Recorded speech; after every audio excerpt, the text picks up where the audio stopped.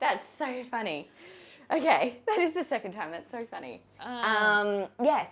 Yeah, go on. So I had my first midwife telephone conference and I was like, oh, I want to get into the MGP program. And she's like, oh, like I was like, oh, my doctor gave a referral. And she's like, no, she didn't. And she's like, I'm really sorry, it's full at the moment. And so I think I selected the one where it was just Maroochydore local midwife clinic or whatever. And I was like, oh, I'm like really sad. And I was like, my doctor said that it was on my form that she submitted to you, blah, blah, blah, blah. Yeah. And they're like, oh, we'll put you on a wait list. So if anyone drops out, you might be able to get in. And I was like, kind of sad because I was like, I think I'm naturally a little bit of an anxious person. And I was like, oh, I think I'd benefit from it if that makes sense. Definitely. But yeah, so didn't get in. And then I got a telephone call, I think 2 weeks later, saying I got in. So someone dropped out and I got in and it was just, great. Yeah. Yeah. So. What a relief. Yeah. And then, went through that program the entire time, which was fantastic. Yeah. And you were the Sarahs, hey? Yeah, both Sarahs. They're fucking brilliant. They're the best. We love them. Oh, I love them. Yeah, amazing. Okay, cool. And then you were exercising, I think you said, at Strong Pilates at the time. Yep. And then you transitioned to CGM at how many weeks or so? Must have been 20-something. So I was really sick for 17 weeks. So I was vomiting the entire time. Yeah. Anytime during the day, I was just ill the entire time. So I didn't do anything those full. Yeah. I think even 20-something weeks when I must have been 22 maybe, I think. And then was like, I just need to move. I was like, need to get out, do something. Yeah. So I joined CGM because they had a good bunch of classes that I could go to, and just went to from there, and that's where I met you. So good. Yeah. So good. Did you work through that first 17 weeks when you were so sick? Yes. So my work had no idea. My boss said there was something a bit off. So I was vomiting in the toilet. So we were lucky we've got like a disabled toilet and a regular toilet. Yeah. So no one really goes to the disabled. So I'd quickly run out, have a spew, run back in and just keep doing my work. Like nothing happened. And he's like, fuck, Sam's breath has gotten rank. Yeah. He was just like, he said to me a few times, he's like, are you okay? I'm like, yeah, I'm fine. Like, leave me alone. Like he would have had his suspicions, I bet. I reckon 100%. Yeah. But yeah, so bad that time, but joined CGM, felt great. Amazing. Yeah. Amazing. So, okay, well, when did you, because you're obviously a lawyer, you were working full time, very much passionate about your work, into your work, very much enjoy being a lawyer. So how did you go about letting them know about mat leave? Were you nervous or? Oh, terrified, I guess. Yeah. My boss was really good. So I told him I was pregnant just before my 20-week scan. I finally built up the courage, walked in there and I was like, oh, I got something to tell you. And he's all like, oh, okay. And I was like, I'm pregnant. And he's like, oh, congratulations. And was like so excited. And I was like, oh, I'm just telling you, I've got my 20-week scan tomorrow. I'm going to have, would you mind if I had the day off? Yes. Like, I don't know how it's going to go. Like, I just want to be like prepared. And he's like, that's fine. But then with maternity leave, he was great. So he knew it. He's got a young wife and he'd just had 2 kids probably like 5 years prior. Yes. And so he was like really on top. So he was fantastic. I was super lucky. Love that.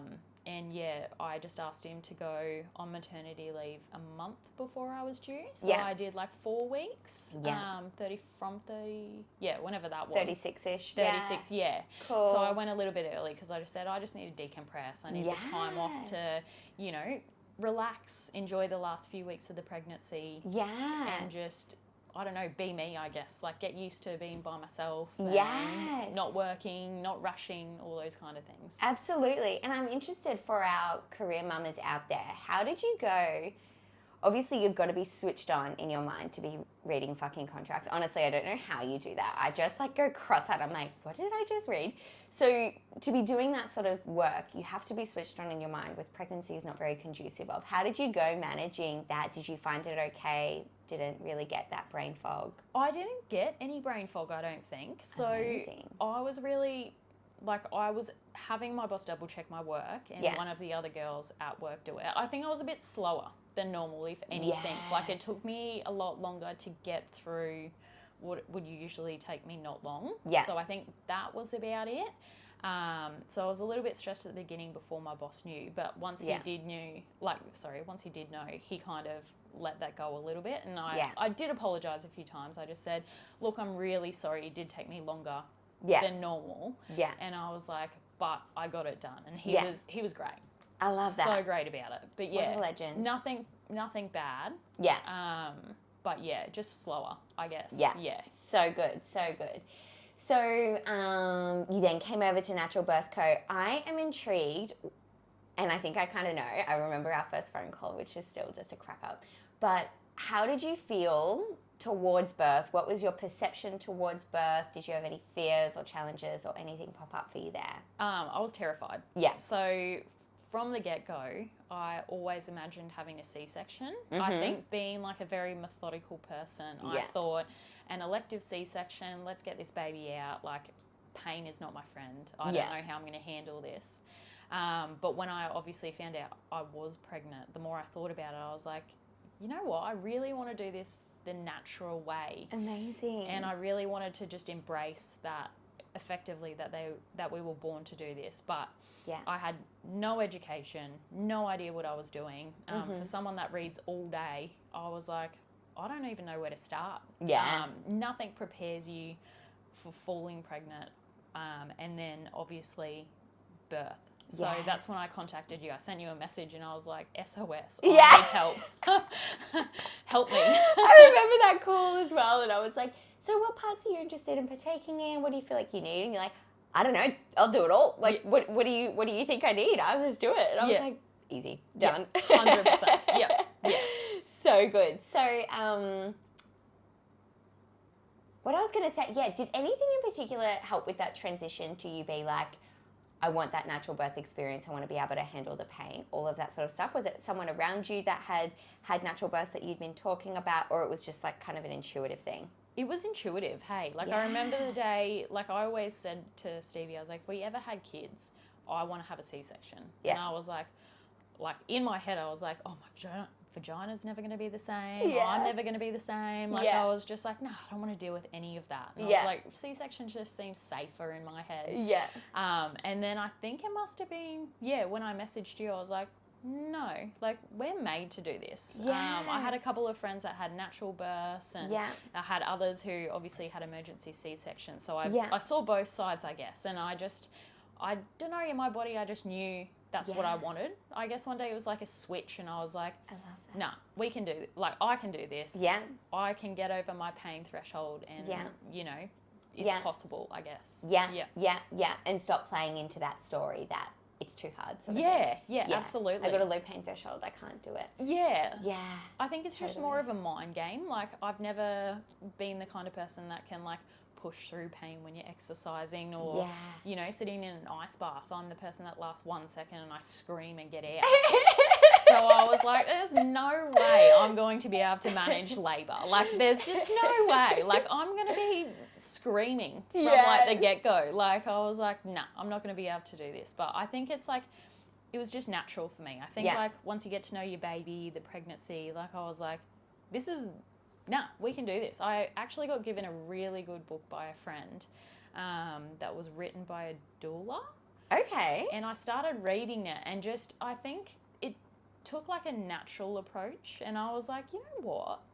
Yeah. You can do this. Yes. Like, if everyone's reading this book, you can do this. Yes. Yeah. So that was it. Yeah. I love that. That's so interesting. And isn't it funny, you know, our lives are so logical. We often kind of look at everything and make decisions based from a logical perspective only, and we don't think into our gut of how we actually feel. But in pregnancy, I just feel like it's inevitable for our intuition to become louder. Yeah, absolutely. Like, it's just a natural kind of transition of our bodies and our minds in pregnancy.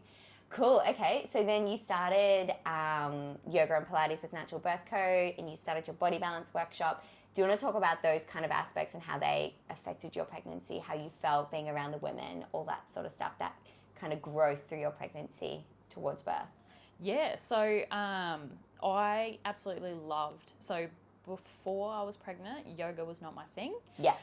But again, I think once I started it in my pregnancy, it was just good to be able to move. And then I don't know, I loved it. I loved getting up, having the consistency of like doing the body balance in the mornings before work. Yeah. Being able to do yoga and stuff.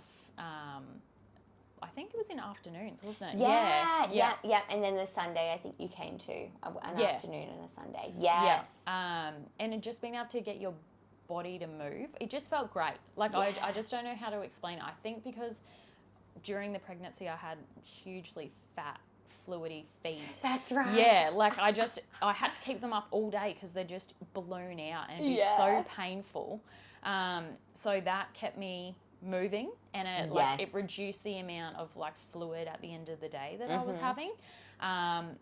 Normally I usually get a sore back from exercise, but because I was doing so much yoga, I felt nothing in my back. It was just, I think, just balanced. I guess like that's how I would say it. Like never got pelvic pain, nothing. Like it was just incredible. That. Like I think it was just moving all the time. My body just enjoyed it. Like I could feel it, and it just made me feel great. Absolutely. So, yeah. I just love that. Isn't that amazing with like an extra, 10 kilos or whatever on your front and your back pain goes? Yeah. Isn't that amazing? Well, like I said, I was super small the entire time. So I was like measuring under the 50th percentile the entire time. So every midwife check I was getting, it was, you're small. I was getting comments all the time. So throughout the entire pregnancy, they're like, are you sure you're that far along? Yeah. Or, you don't look pregnant. I was at another, my sister-in-law's baby shower. Yeah. And someone was like, oh, are you sure you're that far pregnant? And I was like, absolutely I am. Who the fuck are you? Yeah.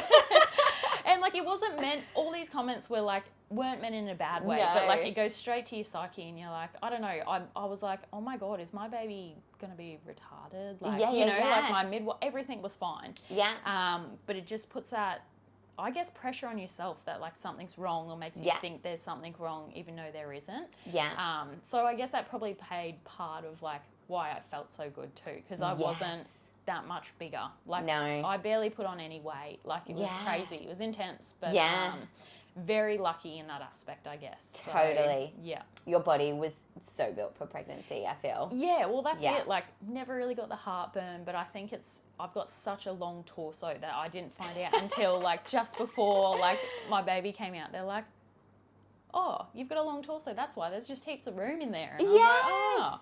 How interesting is that? Yeah. How interesting is that? That's so true. You haven't got as much kind of compression on your lungs and your stomach, I guess, when you got a longer torso. Yeah. Yeah. Fucking fascinating. Okay, cool. I just think that's so valid in what you said. And like yoga and Pilates a couple times a week is amazing. But with that daily movement, and you did so well at sticking to it in the morning, just that daily use of your joints, in your pelvis, stretching of the hamstrings, pivot of the spine is just so beneficial for the pregnant body. Yeah. In finding comfort, in balancing, as you say. Like it's just, daily movement is so essential. Yeah. Yeah. Like if we think about it right now, I would like to think majority of us don't do this, where imagine if you just woke up and you just sat around all day, you'd be stiff as fuck, let alone if you had this massive like growing baby and placenta and, relaxing in the joints and stuff. Yeah. We need to move. Yeah. We need to move. Yeah. Cool. Okay. So, and as you went along through these classes, you were feeling good in your body. What about in the aspect of birth and Stevie being prepared for birth and kind of cultivating what you wanted in your own individual birth? How did you go about that experience? I was a bit of a realist. Yeah. So I was never the person that's like, I have to have a natural birth, 100%. Yes. I'm going to push it. Like, I kind of went into it knowing I wanted a natural birth, but if the midwives or doctors said I need an emergency C-section, that was an option. Yeah. So it wasn't even a clue. So I went into it like that. I obviously did your birth workshop, which was fantastic. So I didn't research anything about the different methods of pain. Yeah. So I knew nothing about epidurals, knew nothing about, Yeah. you know, the sterile water injections or anything. Yeah. So for me and Stevie, that was great because we got to sit down together, go through all the different options that were available, and really make, I guess, make a decision about each of those things as they came. Yes. So I benefited so much from that. So did Stevie. Amazing. He got really into it, which was good. He got so into it. Yeah. We loved it. I remember, I think it was the next day you came to yoga and we were both like, Stevie was fucking amazing. You were like, I know, I was so proud of him. It was just a really nice moment. Yeah. And so Yeah. I guess that was like, because you're a midwife too, like it was good to see it from your perspective as a midwife, as like how all these things happen as well. Yeah. So it like really helped with my birth plan, I guess. I just went in there with like, after I learnt all the stuff, I sat down, researched more, of course, because I needed to know everything. Yeah. And the statistics behind it, which was great, to make a really educated guess as to what I wanted, when, those kind of things. Yes. So yeah, that's how we went in. Love that. I drew up my little birth plan. Yeah. I had all the things I wanted in there. So I was like, I want natural, but if it gets to 24 hours of labour, I'll probably ask for an epidural, then give it to me. Yes. Those kind of things. So like, Fucking love that. yeah, kind of setting like realistic expectations as well. So knowing that, like, you know, if babe was posterior the entire time, that labour would take ages. Yes. And knowing that, like, you know, an epidural would be available then, I guess. Yes. So those kind of things. Love that. That's something that I feel like you did really well. And for peeps at home, essentially something that we go through in the workshop, right, is we have options like inductions. We have options like epidurals. We have options of, you know, gas, all sorts of things, cesarean sections. And I'm a big believer in way before birth actually happens, before we've got any sort of, you know, temptations of being 40 weeks and being uncomfortable, etc., is that we set the standard of what we truly want in our birth desires well beforehand. Like kind of after the workshop, you do your research exactly as you did, and you came up to that conclusion of the epidural. Okay, I'm happy for myself to get it if I've been in active labour for 24 hours. Yeah. Did you come up with a standard for your induction? I was just going to take that a step at a time. Yeah. So I just kind of left it open. I think I would have, if I went over, I would have waited a week and just said, leave me alone. Like, and then we'll reassess on that second week. So I think was kind of my plan. Perfect. But I wanted to aim to not have one. Yes. That's all I really set. But exactly, which is perfect. Yeah. Okay, cool. I want to get to 41 weeks without talking about it, and then reassess then and go from there. Yeah, like if Wonderful. it was if it was ever that, you know, babe was in distress or something was happening, fine. Totally. Yeah. Totally. I do remember that at that, like, because you came to yoga after 40 weeks of pregnancy, and I just remember talking to you, and you were just you were excited, you were calm, you felt no fear, but you were in complete surrender and acceptance. And that's just something that I feel like we're really leaning into, in that, you know, there's no right or wrong way to birth. If you want a natural birth, absolutely you've got to prepare physically, mentally, and your birth partner for that birth. Doesn't guarantee that you're going to have this natural birth experience, but you can go in with full preparation, knowing you did everything you can. And I surrendered to whatever the heck pops up during my birth. 100%. I didn't want to be that person that, you know, set themselves an expectation that I was going to have a natural birth, and if I didn't, I'd be really disappointed. Yeah. So that was the biggest thing for me, is making sure I had that headspace where whatever happens, happens. Yeah. If it happens my way, fantastic. If it doesn't, well, you just got to surrender, let it go. Totally. Yeah. I didn't, like, that was more thing. Like, I didn't want to be disappointed or sad or be screaming at the midwife saying, I don't want that or whatever. Yeah. I wanted to be there and be like, okay, if you're saying I need a C-section, I need one. Absolutely. Roll me out. Yeah. Absolutely. Yeah. And that comes with like a complete trust that you've done everything that you can. Yeah. Like, this is out of my control. What the heck is the point freaking out over something that you have zero control over? Yeah, literally. That's it. And like, I think because my baby was posterior leading. Yeah, that's right. Yeah. So she was posterior, like, I would say, I look back now and it must have been basically the entire time. Because like I could always feel her little like legs kicking me and like super active as well. And so I went in, I think the last couple of weeks, I just knew that I probably was in for a long run, you know, because she's posterior, like it would increase the likelihood of maybe having a C-section and stuff like that. It was mentally preparing for that too, I guess. Like it's knowing that like, well, I've done all the yoga, I've done all the stuff, the inversions, whatever they tell you to do. I've tried it all, spinning babies, whatever they say. And I was like, I've done it all. At this point, what's the point of putting any more pressure on myself? Like, I'm just going to let it roll. Whatever happens, happens. Yeah. Totally. I fucking love that. And I think that's something that's probably the, like, I don't know if this is true, but I feel like it's close, is that's probably the biggest mental struggle for women to get their heads around. I feel like almost number 2 is managing pain in labour, being able to cope with pain in labour.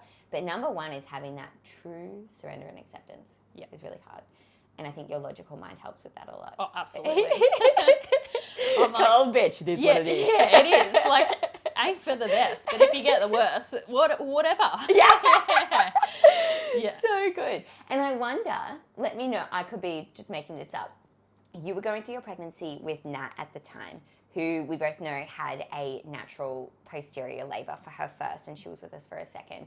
Was that kind of reassuring for you at all? Absolutely. Yeah. So I messaged her actually, I think I must have been about 32 weeks maybe, and I'd listened to a couple of horrific podcasts. Yeah. Not here. Yeah. Australian birth stories about posterior labours, and they're all awful. Like nothing prepares you for that either. Yeah. The stories were just terrifying. Yeah. And I got into a headspace where I was like, holy fuck. Yeah. I was like, I'm going to have a C-section. I'm going to have this. I'm going to have that. Yeah. And then spoke to Nat, and she just was like, nah. She's like, it was fine. He turned last minute, blah, blah, blah. And she's like, just accept it. And I was like, you know what? Okay. Brought a TENS machine, and I was like, bring it on. I love that. Yeah, that was perfect timing for the both of you to be, pregnant and in the same classes. I just love that. It was great. It was good to hear, like, I guess when you're posterior, I just was like, I think the facts are you will have a longer labour, right? And I was like, rightio. And will probably be a bit more painful. Yeah, and I was like, all right, I'm going to have back pain. I'm going to be screaming. Like, let's get this done. I guess at that point. And I was like, if Nat can do it, I can do it. Yes. Like, you know, the average person should be able to do it. Like, babies are born posterior all the time. Especially because we could almost guarantee, like, you have a long torso, which gives you more space. You are completely balanced the whole time, which encourages baby into the optimal position. Your babe just chose the right position for your individual pelvis to be able to birth. Yep. And for those who are surprised by that, go back and listen to the Optimal Fetal Position podcast, because babies can naturally need to be in the posterior position, which is exactly what Harriet was. Yep. Amazing. Okay, so before you went into labour, you came to yoga on a Wednesday. And fuck, it was so funny. Nat and I were cracking up about it after, where you came in, you were just irritable, you were angry, you were just fucking salty on the world. And it was so funny. And when you left, Nat was like, I reckon she's going to have a baby tonight. And then you did. Yes. So do you want to delve into it after that? Yes. I left yoga. I was in the shittiest mood in all of Australia. I was like, fuck this, I can't do another day of this. And I was in my head and I was like, if I got 2 more weeks of this, someone's chopping this thing out. So went home, I sat on the couch, ate like a row of chocolate, and I was like, whatever, I'm happy. I need that dopamine hit. Yeah. I was like, I did the yoga, and I had this strange feeling. I was like, am I going to pee myself? I feel like I'm about to pee myself. And as I stand up, I was like, this feels like I've got a bubble in my vagina. I don't know how else to describe it. And I was like, I kind of waddled to the toilet, and I was like, this feels so weird. And I sat down, and as I pulled off my pants, this little gush of water comes out, and I was like, I think my waters are broken, actually. Oh my God. And I was like staring at it, sat down, weed, and I was like, no, that's definitely my waters. There was like little membrane, like little Yeah. white bits. I don't know how Yeah, to yeah, describe yeah. it. Yeah. Yeah, yeah, But yeah. it wasn't the big gush that everyone tells you about. It's just Yes. this tiny little, like basically like I peed myself. Yes. I was like, I think that my waters are broken. Called my midwife and she's like, are you sure? And I was like, Yeah. I'm pretty sure. And I was like, I can send you a photo. She's like, no, I don't want a photo. I was like, okay. And I was like, she's like, all right. She's like, have you got any contractions? And I was like, no. Like, Give me a moment. yeah. No. She's like, all right. She's like, well, I'm in at the moment with a labouring mum. She's like, do you just want to come in? We'll do a bit of a check, make sure your waters are broken, and we'll just see what happens and go from there. And How many weeks are you? I was on my day before my due date. Yeah. So 40 weeks exactly on the Wednesday, Yeah. I think. Yeah. Day before her due date. Yeah, cool. So 39.6. Yep, 39.6. Awesome. Yeah. And so as we're getting to the airport, as we're getting to SCOO, the contractions kicked in, but Yeah. it was nothing. Like it was just like, I don't know, like more, I had Braxton Hicks the entire time. So it was just like that, like just a little bit of tightening, nothing exciting. Yeah. So packed everything into the car, drove to the hospital, pop into a little room and got a check over. So my midwife, Sarah, was actually with a labouring mum. So she just popped in and said, do you mind if someone checks you out? And I was like, no worries. So I had a new lady come in, put all the monitors on. And I got a comment again. She's like, oh, you're really small for, someone that's going into, that's in labour. And I was like, oh, I know, I've had it the entire time. Like, thanks. Good observation. Yeah. So I'm pretty sure my waters are broken. Yeah. So I'd say I am like on my due date.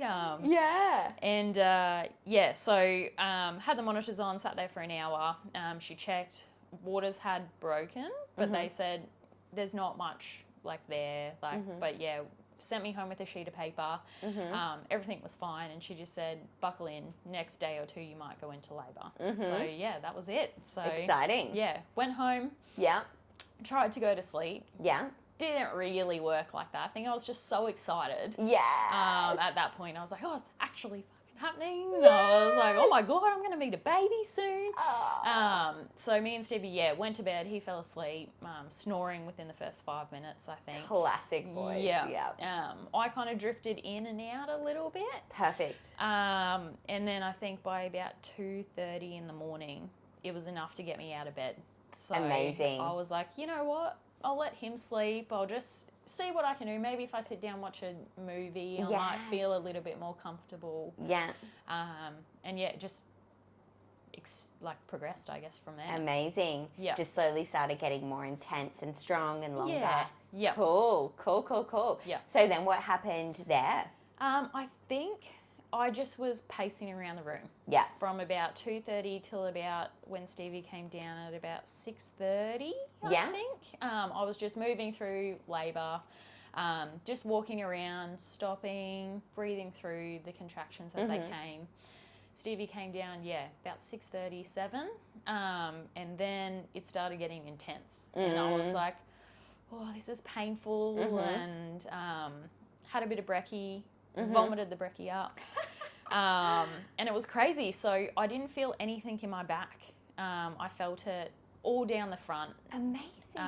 Which is what I actually forgot. So by the time I got into labour that night, she was LOA, I think. Wow. So she'd already rotated after my waters had broken. So isn't that so fucking sick? Yeah. And so good girl, Harriet. right. She was like doing I was manifesting it. I was like, yes. You better fucking move before you come out. But yeah, so once they checked, she's like, no, she's LOA. I was like, what? Yes. So I was like, oh, this might be a little bit better than I expected it to be. So yeah, about 7:30, 8 o'clock, I was like, this is getting pretty hard. Yeah. Called my midwife and I Were was you like, timing contractions at all? yes. When Stevie came down, I think about 7, I started to ask him to time them on that little that's a role we timer give app. to the partners. Yes. Perfect. Yep. So that was his job. I said, look, can you start timing them? Yeah. And I think by about 7:30, they were about 3 minutes apart. Perfect. Yeah. Perfect. I was like, oh, it's looking towards active-ish Yeah. labour. And my midwife said, look, just stay at home a little bit longer. Yeah. She just said, see if you can just stay another hour, Yeah. then call me back. And Yeah. she's like, if you're talking to me on the phone, Mm-hmm. it's an indication that you should just stay a little bit longer. And I was like, okay, then I'll try. Yes. And so, yeah, I think I did that for about another hour or two, I think. Were you feeling much more water come out during the contractions? No, nothing. Wow, Yes. interesting. So, funnily enough, I found out later, obviously, when I got in, only half my waters broke, which is why. So, Yeah. so started labouring. Stevie was timing, and I think it got to about 9, and I was like, call the midwife. We're fucking going in. Yeah. At this point, I was like, I'm not feeling good. I was like in and out of the shower. Yeah. The position actually that felt best when I was in contractions was on all fours. So Amazing. yeah, so I was on all fours on the couch, or like leaning on the couch, or even in the shower, I was just on all fours in the shower, just moving through it. It just felt really good when I was in there, like just breathing in that position. Yeah. Was that like maybe less pressure on your pelvis, do you think? Or I think so. I think that's where I was Interesting. feeling it. Like it was just all down my front. Nothing, I expected it to be in my back, but there was just nothing in my back. It was all down the front. It was like on fire, it kind of felt like. Yeah, wow. Any TENS machine at this stage? I had the TENS machine on, and funnily enough, I don't think it did anything for me because it was out the front, so I had it on my back. Yeah.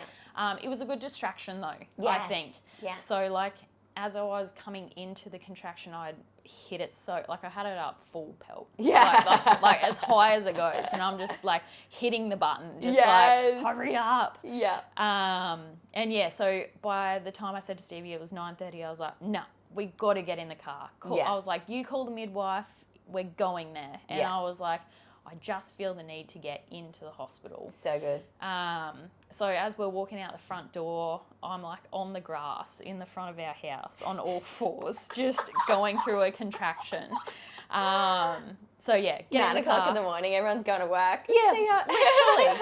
And so we pull in. I'm breathing through the contractions in the car. It wasn't that bad. I just was like, get me to the hospital at this point. That's all I was thinking in my head. I was like, get me to the hospital. Just want to get in a room, set up, feel good, and do this thing. Yeah. So arrived, 10-ish, I think. Walked through the hospital. Jesus. Through the cafe, you know, that entrance, because it was daytime.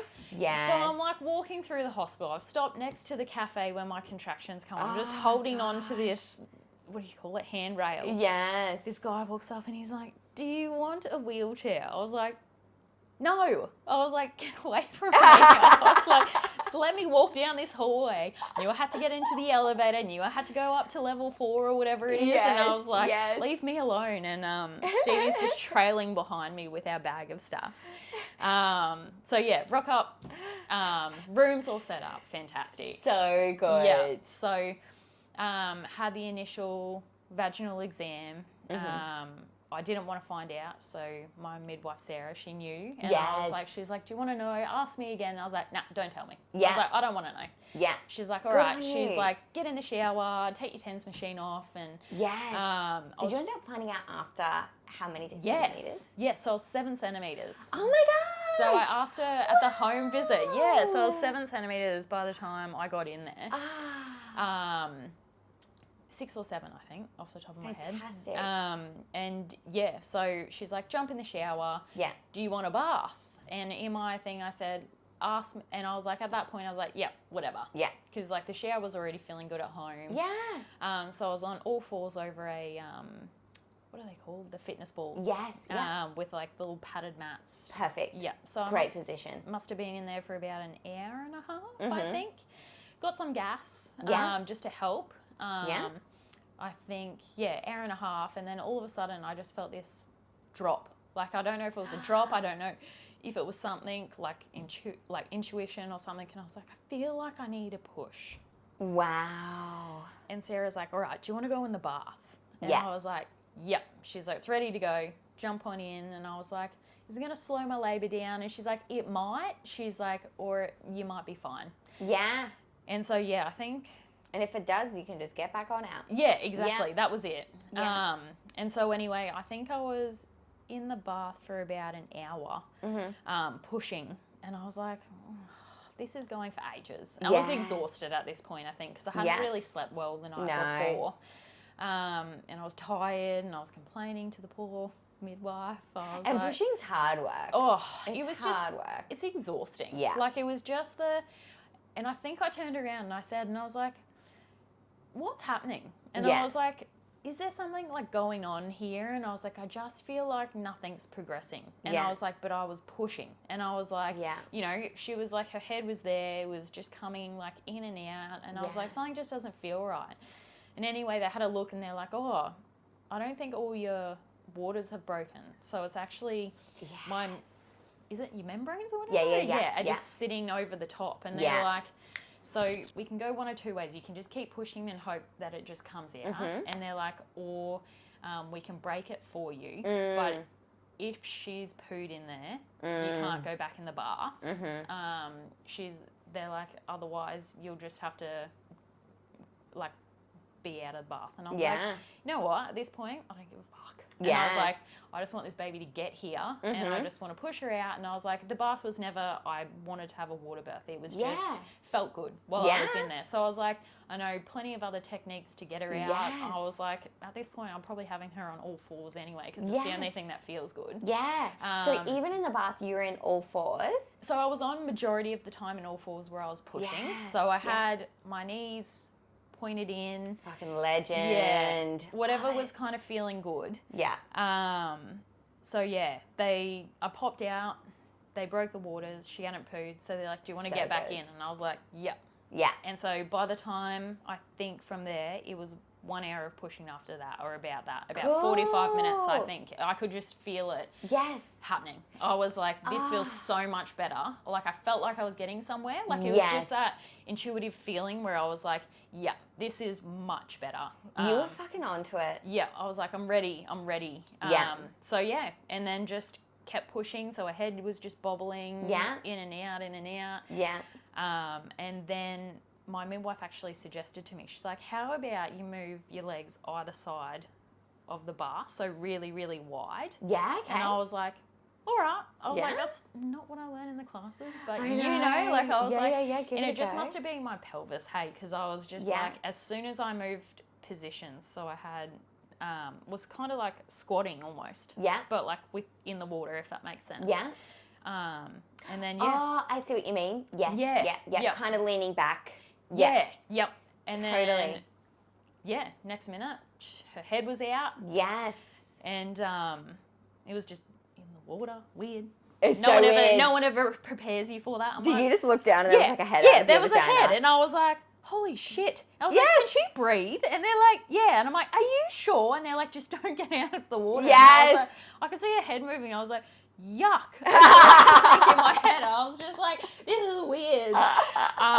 And they're like, all right, it's going to be probably a couple more pushes to get the body out. And I feel like that time from a head coming out until, like, you know, the next contraction was like an hour. Felt like an hour. It can be a long time, that break in between, hey? I was just like, and everyone's just kind of standing around awkwardly like... And I'm like just staring at this head out my vagina.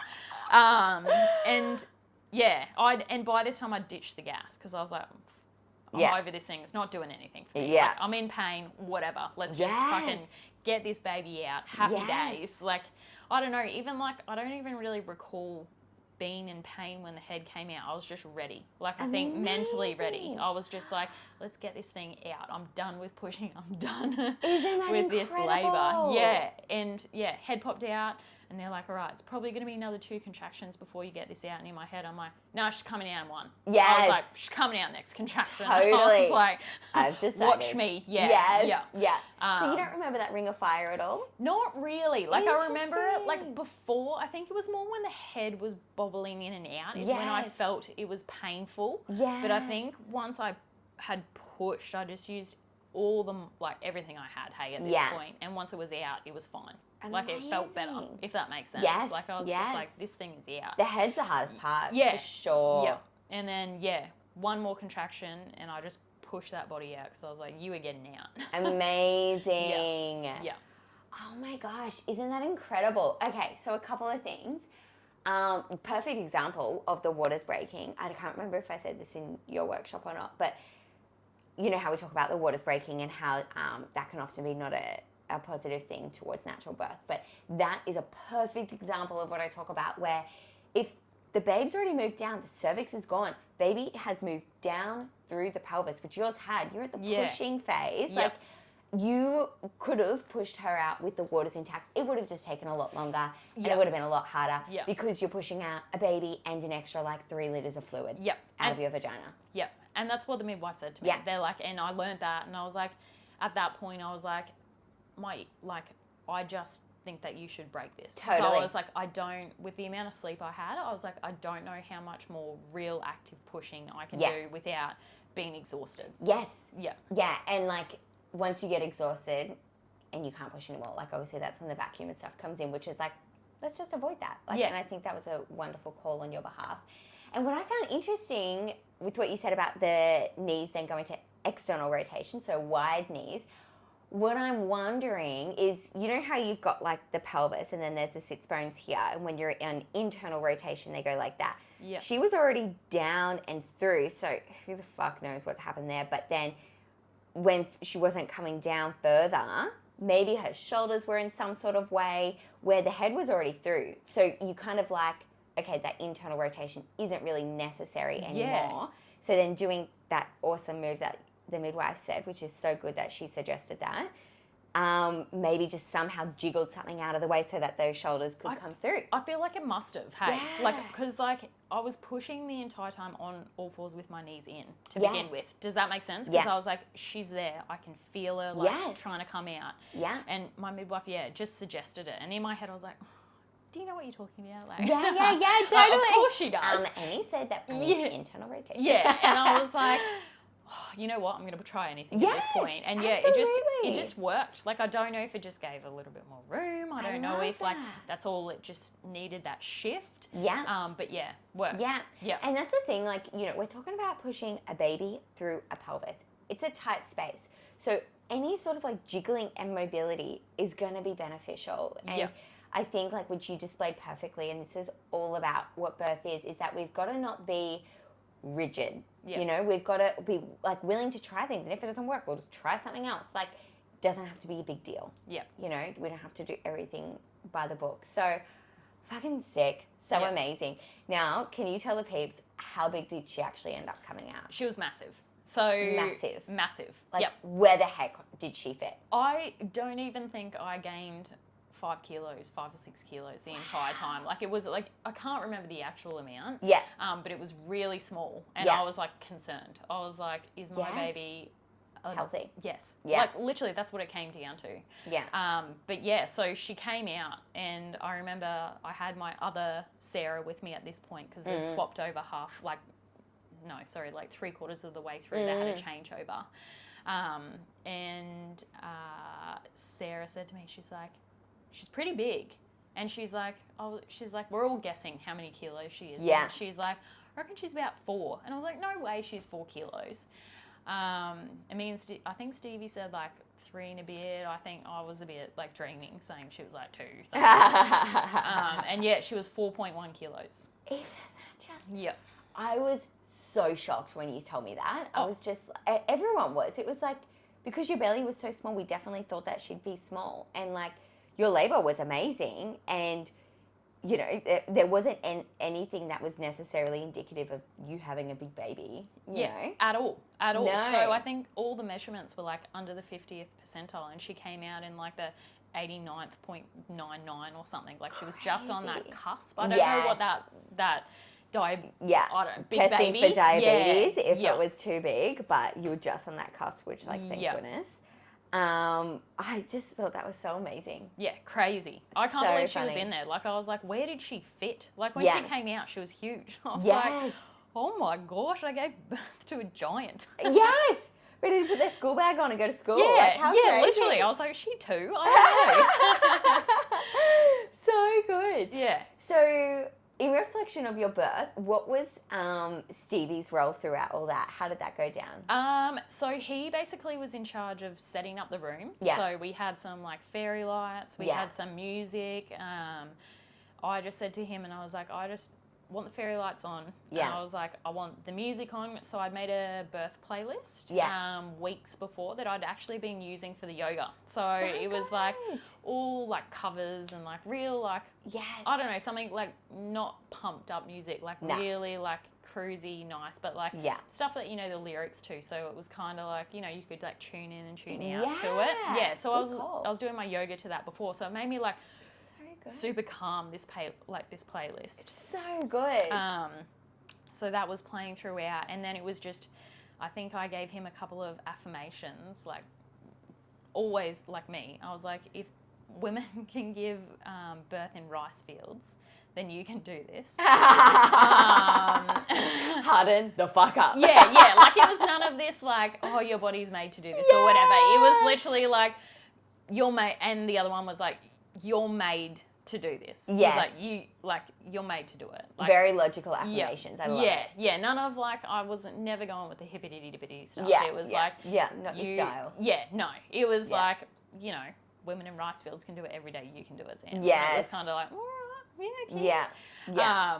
But I don't think he needed to give me too many of them. Yes. I was like that. I think I remember learning in the birth workshop where like I didn't want anyone to touch me. I just wanted to like be in my own zone. Like the independent archetype for sure. Yeah, and I knew that was going to be me, but I wasn't 100% sure. So Stevie was doing that.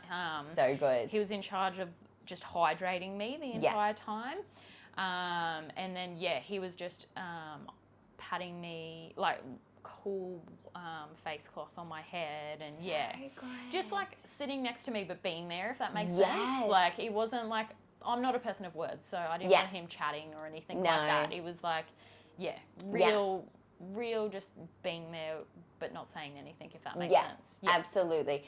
We definitely thought you'd be the independent archetype, and I love that he fulfilled that so well. I wonder if you know his perspective. Did he feel like, you were obviously in pain going through labor, did he feel any like kind of urge or inclination or unsurety, or was he just like super chill and confident the whole time? Or I think like after it all happened, he's like, I've never seen, he's like, it was so hard to watch you in pain. He said, like, he's like, watching you push your body through that pain. He's like, it was actually awful to watch. He's like, but I knew I couldn't do anything. Yes. And he's like, I just did whatever you wanted me to do, you know, like it was like even assisting, like sitting on the edge of the bath, just letting like me relax in between contractions and stuff like that. It was just like, but it was all like, I don't know, our midwives were so great. They kind of like helped him have a purpose too, if that makes sense. So it was like, so good. You know, like I didn't like want food. I didn't want anything. All I just wanted was like cool water here and there. So it was just like doing that, but it was mainly like, I think the midwives were just helping prompt him, but not be annoying, if that makes sense. Totally. So he was good. Like I remember, like I think I asked for a epidural at least twice. I think during the process, like I was like, I don't know how much longer I can do this. I want an epidural. And both my midwife and Stevie would just miraculously leave the room every time I asked for one, because they knew I didn't want one. I didn't want one. Yes. I was just asking for one, because at that point I was like, I'm at breaking point. But so that was like good. So they didn't say no. It wasn't a no. Because I think if they said no, I would have gone off my rocker, I think. But I think they knew just to leave me alone. So so that's how, like, he was great. Really good. Legend. Yeah. And I feel like that's very much you guys, like, and I just think this is the best thing for couples, when you are completely on the same page with exactly what you want for your birth. You are both super aware of the desires, how you want to be dealt with, like what options you want when. Yeah. And on top of that, he knows you so well that like knowing not to speak too much, knowing not to like touch you when you're not wanting to be touched. All that sort of stuff. Yeah. That was just like blissful. Yeah. And he... What a legend. Yeah, he knew the birth plan. I scanned it to him and sent it to him at work because Yeah. that's the kind of person I am. Yeah. And I was like, memorize this. And I actually, funnily enough, you wouldn't believe it, made him a folder that had like full, what are they called? Lever arch file, literally, that had like my birth plan on there. And then it had like a checklist before we left the house of all the stuff he had to grab. It was like TENS machine, you know, everything that he had to pack, Rebozo, all those kind of things. And then it had the birth workshop, like positions and stuff to prompt me if I needed them as well. So like that was his thing. And I just said to him, and I was like, read this, memorize this, this is your job. So good. So he had it all there if he needed it. So I think he pulled it out at one point, and the midwife just looks at him apparently. So I was just tuned out and was like, she did not do that. And he's like, she absolutely did. And they had like a laugh about it. So yeah. What a fucking legend. I love that. I love that. Yeah, perfect. Okay, so then you had babe Harriet in the bath. Yeah. And pulled her up to your chest, chilling in the bath for a bit. What happened from then? So after that, they're like, all right, we'll get you out of the bath. We'll bring you up to the bed and just check everything out.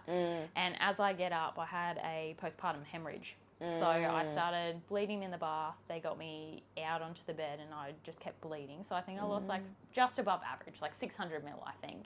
Okay. Yeah, so it wasn't too bad. Yeah.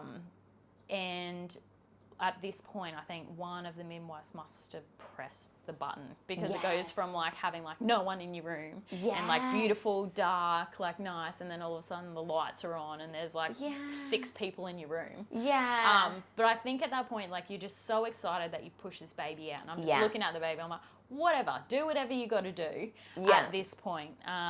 Totally. So yeah, got onto the bed. Tried to breastfeed, but it just didn't work. So just had the skin-to-skin contact. Amazing. And because I had the hemorrhage, they're like, oh, we're going to have to give you an injection to try get this placenta out quick. Yeah. I think was the reasoning. I can't recall. No, that it makes was just, sense. It was like, and I was like, whatever. At that point, I was like, I don't care. And I was like, because they said to me, they're like, if you don't stop bleeding, we might have to take you into surgery. And I just remember clicking, being like, cool, like, that's fine, whatever. Do whatever you got to do, I think, at this point. Yeah. The injection, I think? Yeah. Is the that to stop? injection. Yeah.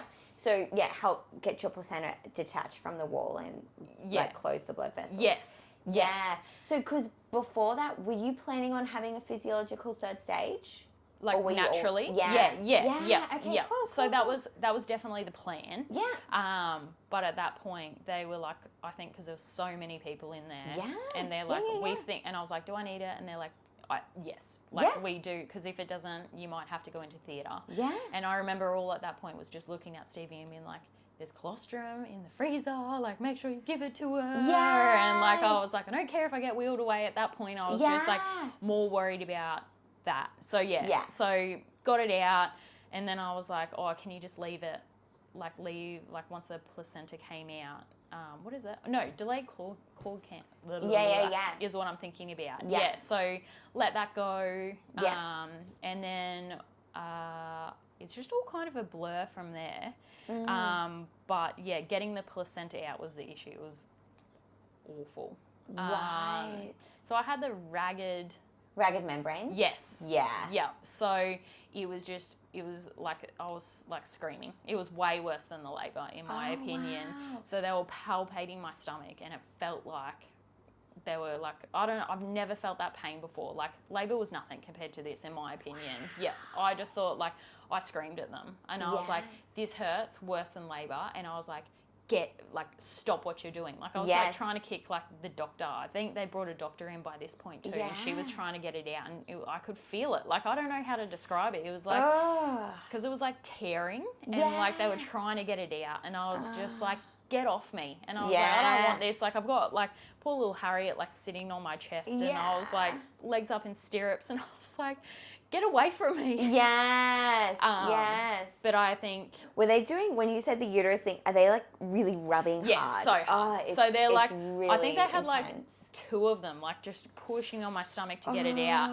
And all of That us, would have been so painful. they're like palpating, I think that's what they call it, Yeah, trying to get it out. yeah. And then all of a sudden, like honestly, this huge gush came out. It was just like the doctor pushes back on a chair. I just remember it like falling all on the ground. Like it was everywhere.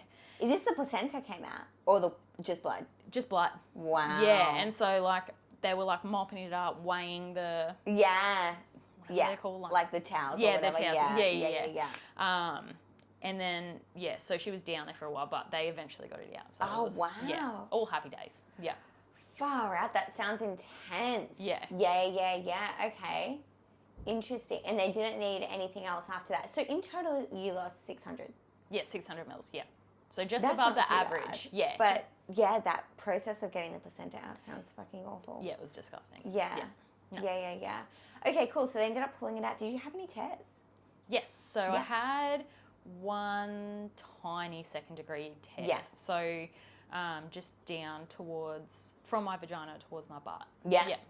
But like I couldn't feel it. Yeah. Like it was more like, I think the pain that I felt was like the pelvic pain, I guess, of like, you know, like almost like an ache. Like I just had like this aching pain around like my pelvic region. So like I didn't even care about, it was the first stitches I ever got in my life. Wow.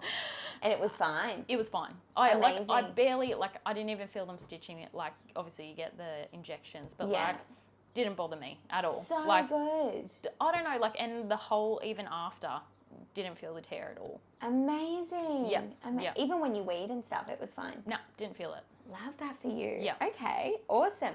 And was it like postnatally, like a few days after that you said your pelvis was sore, like the couple of days after? It was, I think, just from birth though. Yeah. But like, not like, it was just like a dull ache. Do you know what I mean? It's just like everything going back to what it was meant to be, Absolutely. I guess. Like it's just... It makes total sense. Yeah, like... The joints have been stretched and they're coming back. Yeah, so that's it. But like, just a dull ache, but it wasn't like, wasn't anything bad. It just was like, obviously painful to like normal walk. Does that make sense? Yeah. Like I was just a bit slower. Yeah. But like everything, like I don't know, I feel like it was just my body doing its thing. Totally. So, yeah, just Nothing let it happen. abnormal. Yeah, absolutely. Okay, amazing. So once the placenta's out and you've got Harriet back, how did you go with that whole breastfeeding journey? What's that look like for you? It sucked at the beginning. Yeah. Yeah. So we stayed the night, which I'm incredibly lucky for. So good. I enjoyed it, to be honest. I think if I got sent home straight away, I would have freaked out a little bit. Fair. But yeah, so she wouldn't latch. So we were having difficulty with her latching. Yes.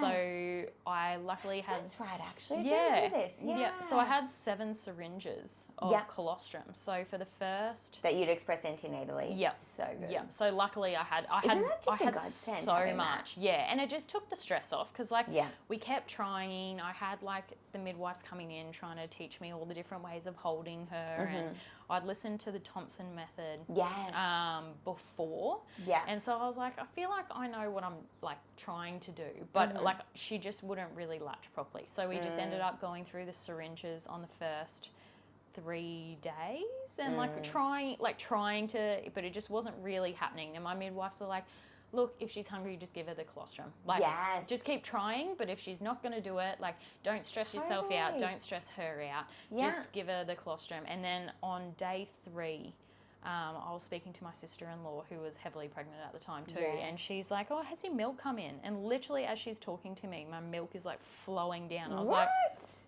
yeah, it's in now, I think. And then That's so random. and it was like magic. It was like, then I could breastfeed. It was like, it was just like, and it was natural. It wasn't weird. It just was like perfect. Yeah. What? Yeah. So that was day 3. Yeah. And once your milk came in, she was able to latch. Yeah. It was weird. Like and it was weird because it wasn't anything wrong with her latch. Do you know what I mean? Like the midwives are like, when they were, because I got a couple of home visits in the early days, and they're like, she's latching fine. Like, I don't know what it could be. Like, I didn't have super engorged boobs or anything. It wasn't like there was any issue with it. Yeah. It was just, I was just having to like, give her express stuff. But then as soon as my milk came in, it was like happy days. It's like she could get it easier. I don't know. That's what I was wondering, whether she was on, she gave like 2 or 3 sucks. She was like, oh, I'm not getting anything. I'm over this. And then like came off. Yeah. But then when she's getting something, she's like, keeping on going. Yeah. Isn't that interesting? Ah, love that. Yeah, so it's been great ever since. Like, it just has come super naturally. Like, I haven't had any issues. I almost had mastitis. Yeah. I think maybe a week after, when they had like the home visit, a week, I like woke up, I fainted in the shower. I was just feeling like real weird. My boobs were rock hard. I had like little blocked milk ducts everywhere. So I was like in the shower trying to like get them out, and by that time I think the protocol had changed too. So like massage up, not down. Oh, what? Yeah. So haven't heard of that. Yeah. So I think like new research had just come out because one of the Sarahs I think is like loves that stuff. Like just keeps like updating. Not Sarah White, the other Sarah. Yeah. Yeah, so she was like, oh, she's like, the protocol's just changed actually. And she's like, so Did massage, you know? and she's like, massage up. And yeah, within like, I think 2 days of like really looking after that, it was fine. Amazing. Yeah, so seemed to have just missed it, I think. Because I had like, I had a fever and had like, all those things. But like, I just feel like, I wonder if that's because you massaged up. Yeah, I don't know. So Must have been. Worked for me. Yeah. So good. So interesting. Amazing. Love that. So where are you at now with breastfeeding? What are you guys doing? Because she's 5 months. Yeah, so 5 months. Yeah. So just exclusively breastfed at the moment. Haven't started solids yet. Yeah. But she's really good. So we introduced the bottle, I think, at 7 weeks. So I've just pumped milk. And now she takes it like a champ. So it's been really good. So I can spend time away from her. Like right now, Mum's got her and she'll just take a bottle. I think she actually enjoys the bottle probably more than the boob because it's easier. Yes. Yeah. But yeah, she loves it. No issue. So yeah. I love that. I'm a big fan of that. Obviously, I love exclusive breastfeeding, but yeah, getting EBM from a bottle for a couple of feeds, fucking no big deal. Hey? Yeah, and it just gives you so much more freedom. Yeah, it just, I can have a wine here or there and not stress about it. And it's like, you know, just that little bit of freedom from like her as well. Like to be myself, to go to the shops by myself, to like, you know, go to the gym and enjoy my hour of the gym without worrying whether or not she's screaming at someone. So absolutely. Yeah. And how awful is that not only for you, but for the person looking after, if they're like, she's hungry, I've got fucking nothing for it. Yeah. You know, like, and that's it. It just relaxes you, like knowing that she's fine. Yes. Like, So, exactly. Yeah. So, talk about this transition into motherhood, like with your days, with your weeks. What have you been doing postnatally, all that sort of stuff? Yeah, so I found it really hard, to be honest. So I've always thought that there's no way sitting at home with your kid can be as hard as working. I don't know. I just in my head, I was like, there's no way. Like, you get to hang out with your kid. It's beautiful. It's fun. Yeah. It's hard. Yeah. It's bloody hard. Nothing can prepare you for it, I don't think, either. So I didn't struggle in like the way of like postnatal depression or anything like that. But I just had to come into the concept of just being a mum, if that makes sense. Absolutely. And I think that's like a huge transition in itself, is that you've got this little thing that depends on you so much, and that's all you are, really. Do you know what I mean? You're going from being your own person to being able to do whatever you want, and then all of a sudden you're like, I've got to make sure that I'm within a meter of her, like, you know, like things like that. So that was... Even the act of going to the bathroom, it's like a whole ordeal. Yeah. You're like, is it okay if I bring her into the bathroom? Yeah. Like, you're questioning everything that you do at that point. Totally. So, yeah. It's been hard. It's been crazy. Trying to find... It's a new you, effectively, too. Does that make sense? Like, totally. It's trying to find that balance of the old you and trying to find that balance of the mum that's you, and trying to deal with that, too, and how you can become... I guess the same person, but a different person, I guess, as well. So that transition was really hard for me. Yeah. As much as I love it, but I also love my own time. So it's been really good. Like, I think that's the one thing I wanted to do with bottle, like being able to, like her being able to take a bottle, was to have time to myself. Yes. Because it's important to me. Yeah. Like, it's really important to me. Yeah. And I wanted to go out and do things for myself and have that freedom to be able Yeah. to go for a wine with the girls and not have to bring Harriet with me everywhere. Like, Yeah. I love her. Yeah. I love her so much. But it's nice to Yeah. have that time away. And it's Absolutely. important for me as a person to have that time away. Yeah. Even though sometimes you sit there and you're anxious and Yeah, you're like yeah. messaging my husband being like, is she okay? Like, Yes. is she fine? He's like, she's fine. Like, Yes. it's fine. Yeah. And you might even miss her, but like, that's nice. Yeah. To be able to miss her. Yeah. So like that aspect has been hard. But yeah. I guess that's a thing. Like, no one really talks about how hard it is or how hard it is to sit at home with a baby for 8 hours. Like, you can go out, like, you know, no one tells you that it's not just easy to go to the shops anymore. No. It's like you've got to think, okay, so if I feed her, then I've got 2 hours before she needs to go down for a nap. What can I get done in that time? Yes. Yeah. And it's those kind of things that I think that like no one tells you how hard it is to be alone. You go from being social at work or being social with your friends all day, and then all of a sudden, like, you know, you can sometimes resent your partner because they get those 8 hours away at work. They get to go out for drinks with their friends without stressing about it. Whereas like you've still got to come home and make sure you're back in time to breastfeed her, or you know, make sure you've got enough milk pumped that like you can leave her for a few hours or things like that like no one tells you. So crazy transition, but good, but challenging in itself. So I find it a complete different challenge that I never expected, I guess. Definitely. And I think something we talked about before, which I know I've had other conversations with mamas who felt the same, and it is something that you can feel really alone in, is that, you know, you love your newborn so much, but at the end of the day, you are just hanging out 24/7 at home. You might go for a walk or whatever with just this newborn that can't talk to you, can't like do something that you want to do. You're just playing these games over and over, and it can get really just boring. Yeah. You're just doing that day after day after day for months. And totally valid to get a bit bored of that if that's not your thing. Oh, 100%. Like, that's one thing that I found, I guess, this week. I kind of was sitting there and I was like, as much as I love you, Harriet, like, sitting at home, I'm just not getting that life satisfaction. Like, I get life satisfaction when she rolls, or you know, when she can like pick up a toy with like 2 hands, and like I can see her brain working now. That's great satisfaction, but it's not the same as like when you're at work and you do something and you get praise for it and you're like, I am good at this. Like, this is what I'm good at. And like motherhood, I don't think is that same like praise. Like, you don't get that praise. It's just grind. And it's so intense because it's 24/7. Yeah. It's not being at work. And I think that's one thing that I've realized is that I'm happy to go back to work whenever that is. I don't know when that is at this point, but like I'm excited to be a mum and go back to work, I guess, too. Is like to have that self-satisfaction that you're going to do a job and like be good at that job. Yeah. And be able to come home and be a mum too, I guess. Yes. Yeah. How cool. Best of both worlds, right? Yeah, I think so. Totally. Yeah. Totally. And, crap, I just had a thought. Give me 1 second. We were talking about Harriet going back to work, enjoying work.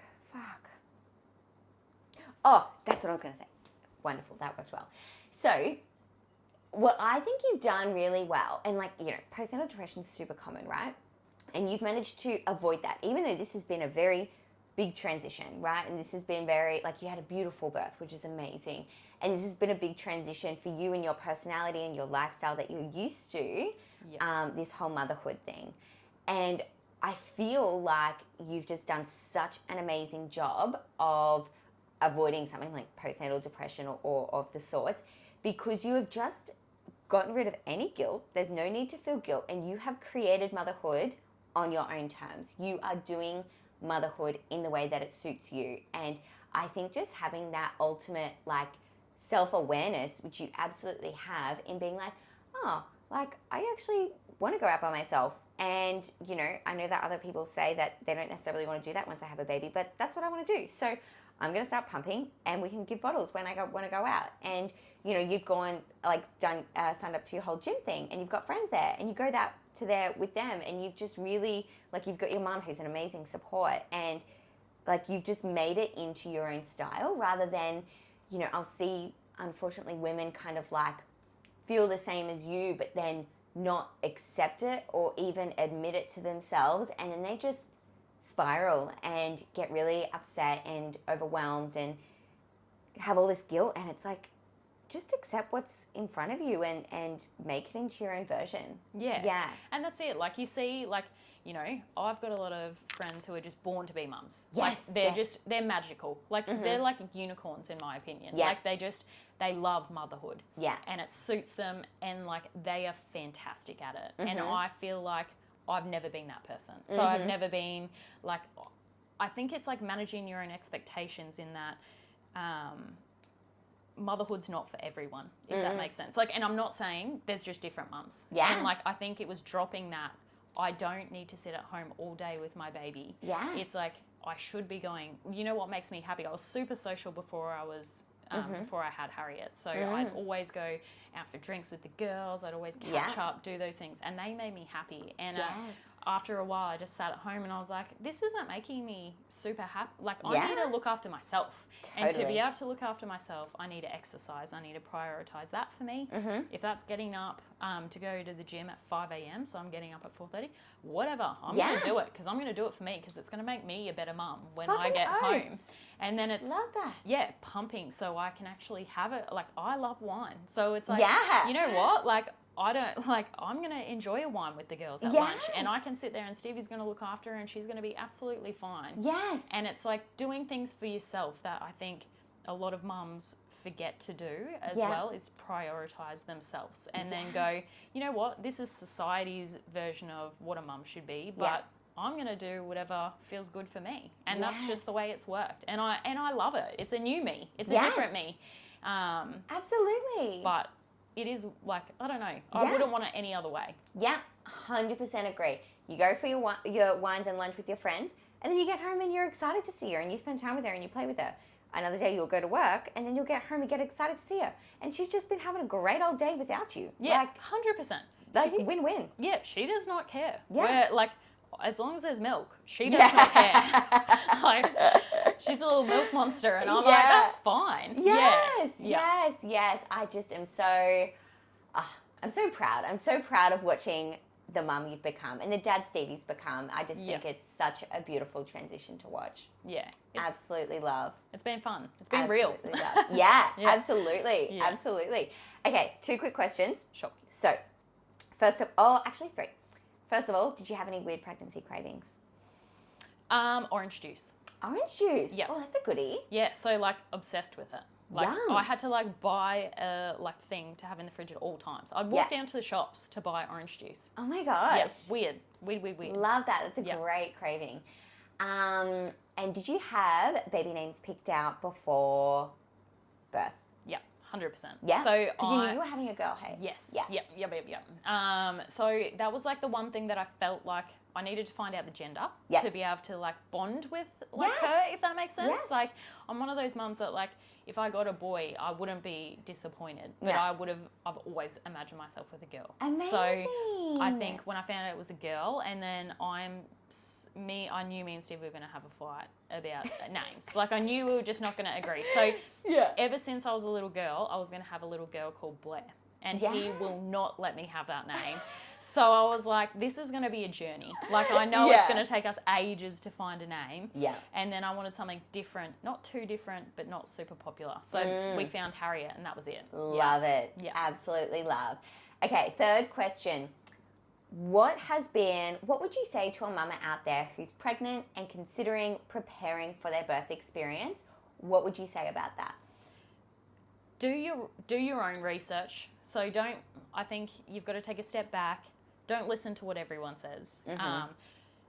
Prepare. Like, for me, I'm the kind of personality where if I read everything and make a educated decision, I feel like I'm in power. And I feel great about the decisions I'm making, which is why I guess I contacted you, because I needed someone to give me a realistic version. Being a midwife, you've seen people give birth. You know what it looks like. And then I guess for me is just doing whatever makes you feel comfortable. I don't think you can ever prepare for birth, but if you do the best that you can and educate yourself in a way that you're comfortable with, you will make the best decisions, I guess. Fucking love that. Yeah.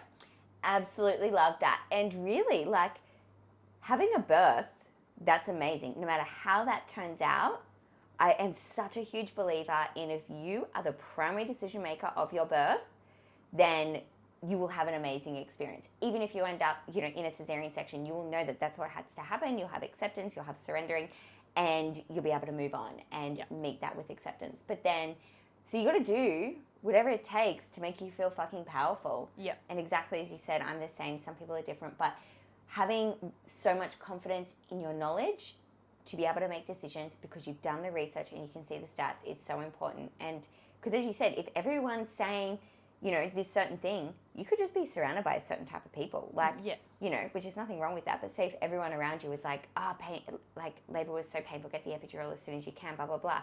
And all your friends have had that experience and that's what's been true for them. How are you supposed to think anything different if you just take that on board? Yeah, and it's hard because I think you have to manage your own expectations. Like I think if I went in there thinking that I was going to have this beautiful natural birth and it wasn't that, I would have been sad and I would have not met my own expectations. Does that make sense? And I would have been sad, or I would have had like maybe birth trauma if it didn't go the way that I wanted. But I think that like if you go in and keep an open mind and be like, I don't know, for me it was like not like obviously I wanted a natural birth, but if that was not going to happen, well, what can you do about that? So just nothing. Got to let it go.